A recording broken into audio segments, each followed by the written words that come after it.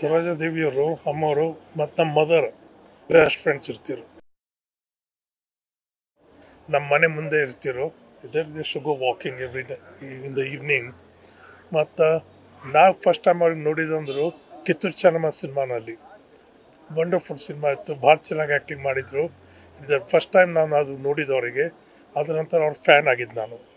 So ನಾವು ಮಾತಾಡ್ತೀವಿ. Very present lady and very intelligent, very very very smart lady.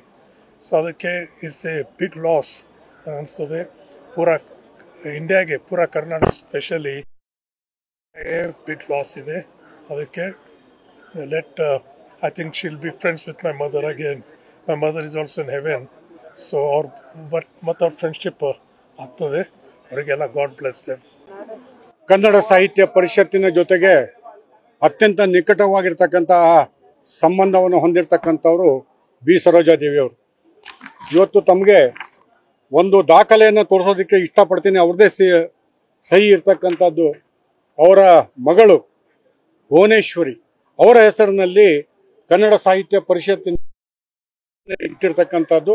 ಪ್ರತಿ ವರ್ಷವೂ ಸಹಿತ ನಮ್ಮ ಸಾಹಿತ್ಯ ಪರಿಷತ್ತಿಗೆ ಪ್ರತಿ ವರ್ಷ ಬಂದು ಅವರ ಮಗಳಾಗಿರ್ತಕ್ಕಂಥ ಭುವನೇಶ್ವರಿಯ ಹೆಸರಿನಲ್ಲಿ ಇರ್ತಕ್ಕಂಥ ದತ್ತಿ ಪ್ರಶಸ್ತಿಯನ್ನು ನಾವು ಪ್ರತಿ ವರ್ಷವೂ ಸಹಿತ ಅರ್ಹರಿಗೆ ಕೊಡ್ತಕ್ಕಂಥದ್ದನ್ನು ಬಹಳ ಅವರಿಗೆ ಬಹಳ ಮೆಚ್ಚುಗೆ ಆಗಿತ್ತು.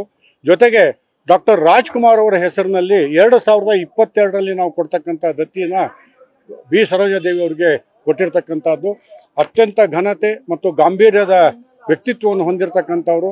ಕನ್ನಡ ಚಲನಚಿತ್ರದಲ್ಲಿ ರಂಗದಲ್ಲಿ ಬಿಡಲಾರದಂತಹ ಅವರು ಮಾಡಿರ್ತಕ್ಕಂತಹ ಅವರ ಪಾತ್ರಗಳಿದೆಯಲ್ಲ, ಮರೆಯಲಾರದಂತಹ ಪಾತ್ರಗಳು. ಅದರಲ್ಲೂ ಸಹಿತ ಕಿತ್ತೂರು ರಾಣಿ ಚೆನ್ನಮ್ಮ. ಕನ್ನಡ ಸಾಹಿತ್ಯ ಪರಿಷತ್ತು ಈ ಅತ್ಯಂತ ದುಃಖದಿಂದ ಬಿ ಸರೋಜಾದೇವಿಯವರಿಗೆ ನಾವು ಅಂತಿಮ ನಮನಗಳನ್ನು ಸಲ್ಲಿಸ್ತಾ ಇದ್ದೀವಿ. ನ್ಯೂಸ್ ಫಸ್ಟ್ ನಿರ್ಭೀತಿಯಿಂದ ನಿಮ್ಮ ಪರವಾಗಿ.